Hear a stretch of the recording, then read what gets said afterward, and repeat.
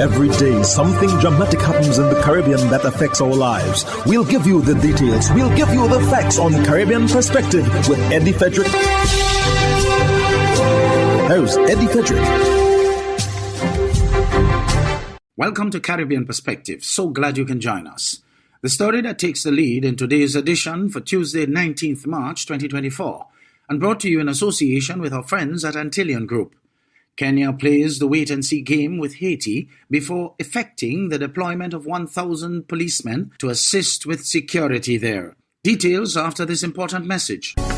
Believe in our strength, we'll stand by you. Protection from all, perils big and small. Reassurance we give, it's so glad to see. Peace of mind, that's our service guarantee. We look after all our family, yes we do at every opportunity. Antillean Group, underwriters of all classes of insurance solutions for your protection and investment. Live well financially.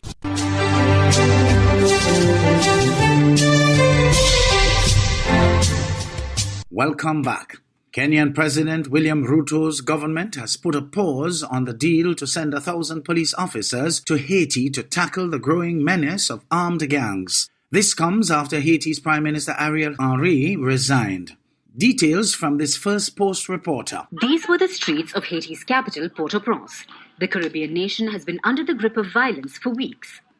Armed gangs have declared a coup against Prime Minister Ariel Henry. Leading the charge is former cop-turned-gangster Jimmy Cherizier, also known as Barbecue. The violence has left thousands of Haitians displaced. The world has been slow to react. The timing of the violence was strategic because Prime Minister Henry was out of the country. The Haitian leader was in Africa. He met Kenya's President William Ruto, and the two leaders signed an agreement allowing Kenya to deploy 1,000 police officers in Haiti. The Kenyan troops were to lead an international mission of almost 20 countries to curb the menace of violent gangs. As the intensity of the violence picked up, Kenya prepared its security personnel for deployment. The status is as you know it. There was a small court matter. That small matter has been resolved because the court said we needed to have a reciprocal agreement with Haiti. That reciprocal agreement has already been signed about a week ago. So we are now in the pre-deployment stage. But these plans have been cut short. Haiti's Prime Minister has resigned, and Kenya is rethinking its mission to Haiti. President Ruto's government has put a halt on the deployment of its troops, and this has gotten widespread support from Kenyans. We insist even in things which are illegal. So I thank God because it has come to an end, because now it has been stopped. So our children who are going to be killed outside now are safe. Our police, our government, they are not ready for that. Yes, I think they should train our police. Then after that, they can look at it and then they go back there. Haiti has no government. It has no structure. So it's not advisable, as let's say, like, if our government really cares for our people, they won't even consider doing that. Kenya's reluctance to send police forces has gotten America worried. U.S. Secretary of State Antony Blinken has confirmed that Kenya's halt on deployment is a temporary measure. I was on the phone this morning with President Ruto of Kenya, who confirmed Kenya's preparedness to lead that mission. As soon as this new council is stood up, which we believe will happen in the next couple of days, and an interim prime minister is selected.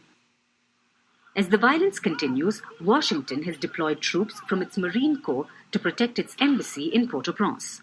On the other hand, Haitians are blaming the U.S. for the turmoil. The resignation of Ariel Henry is a game that the Americans are playing with Ariel Henry. The day the Haitian people unite, we can give another example to the whole world. They will never accept that we unite. This is a game. The Americans are very guilty of what is happening now. The majority of weapons in Haiti come from the United States. The deployment of an international peacekeeping force poses many challenges. Questions like who will pay for Kenya's deployment and what are the guarantees of their success still remain. As Jimmy Cherizier and gangs continue to rule the streets of Port-au-Prince, the crisis in Haiti remains far from over. From impeachments to inaugurations. The CARICOM proposal to end the current unstable situation in Haiti has been rejected by several political leaders there. Instead, they have reiterated their position of imposing their own 3-member presidential council to govern the troubled country until general elections. Barbados' ambassador to CARICOM, David Commission, joined CBC Newsnight to discuss the development. I know you've been a part of this process for quite some time. What does this response from Haiti's opposition figures mean for the CARICOM deal? Well, let's put it into context, Pearson. The Petit Desalegn Party is one of 9 organizations that are supposed to be forming the Presidential Transition Council. So it's very strange that this party that agreed to be part of the council just Monday of this week is suddenly making this declaration. But bear in mind that this party is distinguished by the fact that of all of the parties and all of the organizations in the council, this one has ties to the gangs. This one has alliances with the gangs. This one is supporting Guy Philippe, the rebel who led the overthrow of President Aristide and who has just come out of a U.S. prison after serving a term for money laundering. So fortunately, 1 from 9 is not naught. 1 from 9 is only 8. So there are still 8 organizations that continue to be members of the Presidential Transition Council. And that Presidential Transition Council is a political breakthrough. This is what we were hoping for to begin solving the problem of Haiti, a national unity administration. We finally have that now. And CARICOM will stay the course with the Presidential Transition Council. CARICOM is not going to be deterred because one organization with alliances with the gangs has chosen to remove itself. I think CARICOM recognizes that it is going to have to deal with the gangs. In fact, the other members of the Presidential Council, they adopted a principle that no one who opposes the multinational security mission to come into Haiti to help the Haitian National Police to deal with the gang problem, no one who is not supportive of that can sit on the Presidential Transition Council. So this is just one challenge in the way. Right. This doesn't change anything. CARICOM will continue to support this process. And with that said, does it then mean that there will be still the deployment of troops from Barbados and other parts of the international security force system to help restore law and order in Haiti? Well, it is clear that the Haitian National Police needs outside help to deal with the gangs. That has always been clear. The problem that we had before with the multinational force coming in was that you had a government run by Oriol Henry, and there was a lot of questions about his legitimacy. And so there were critics who were saying, but if this force comes in, it will only serve to prop up this, this person with this legitimacy, challenge, and power.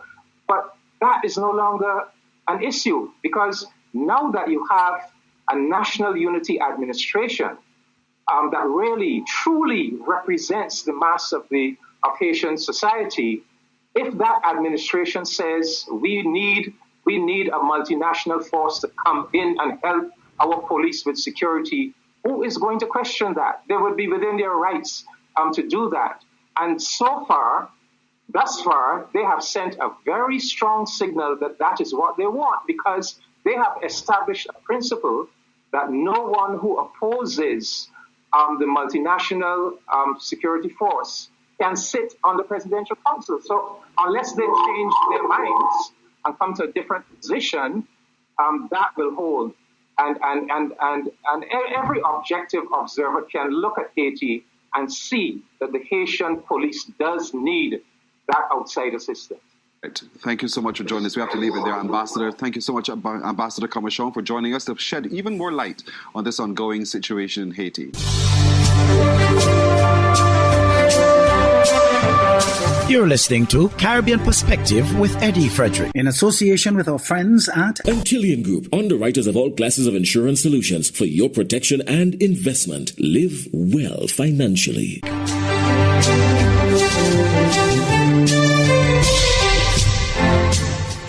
The reinstatement of the police K9 unit in St. Lucia and the nation's medical debt to the Martinican authorities were just two of the matters discussed at a meeting between the government of St. Lucia and French authorities on Friday last.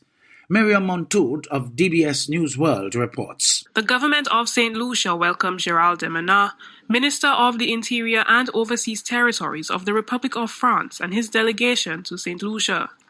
The objective of the meeting was to discuss areas of cooperation between St. Lucia and the French government in security, health, and education, particularly in the teaching of French. Minister for Health Moses Jean-Baptiste says that in relation to health cooperation, training for nurses in the public sector, doctors, telemedicine, and more was discussed. He says the government discussed the over $2 million debt owed to Martinique authorities. We discussed the cooperation with the University Hospital of Martinique, the whole issue of the debt to the Hospital of Martinique, €700,000 debt, and also how St. Lucia intends to repay that debt so that our cooperation can deepen. I'm very pleased with the meeting, and we look forward to further cooperation with the government of France through the University Hospital of Martinique and the University Hospital of Guadeloupe. Jean-Baptiste says that more information on these matters will be made available to the public later. Commissioner of Police, Cressida Descartes-Pellius, says that the diplomatic ties have strengthened since the joint meeting with St. Lucia and French authorities in December 2022. According to Descartes-Pellius, matters discussed include citizen security and border protection and security. And of course, the meeting was quite productive and successful, and we look forward to increased collaboration between St. Lucia and the French in the areas of training. If I may say, we discussed the K9 unit, which we are looking forward to, which will be of great significance and of assistance to us in the area of crime fighting and citizen security. And for that, I'm grateful. She says that they are currently working seriously on the K9 unit and will provide updates soon. The delegation visited George V Park in the morning, shortly before entering the meeting at the office of the Prime Minister. The park is home to a bust of Charles Eugene Gabriel de la Croix, the distinguished minister for the French Navy and Colonies. The city of Castries is named after him. The visit took place on Friday, 14th March 2024. For the DBS News World, Miriam Montoud reporting. Police Commissioner of Trinidad and Tobago, Urla Christopher, said the Trinidad and Tobago Police Service will continue its commitment to dismantle criminal gangs in the country.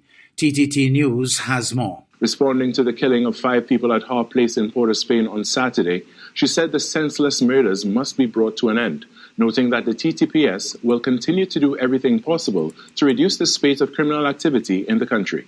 We are resolute in working to find the perpetrators of this heinous act.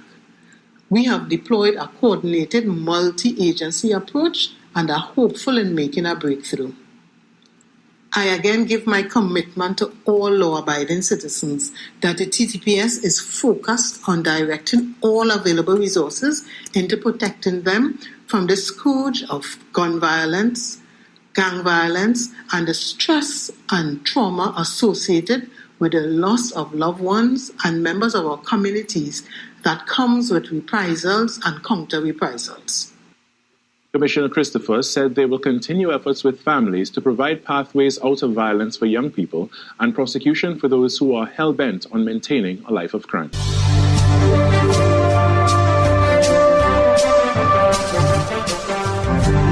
I am Eddie Frederick. This has been Caribbean Perspective, a whole new approach to highlighting developments in the Caribbean. In the meantime, please follow us on Facebook and subscribe to our YouTube channel for daily regional news and more, in association with our friends at Antillian Group.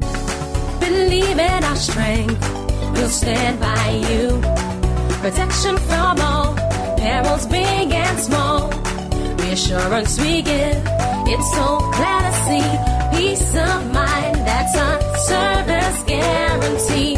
We look after all our family. Yes, we do at every opportunity. Antillian Group, underwriters of all classes of insurance solutions for your protection and investment. Live well financially.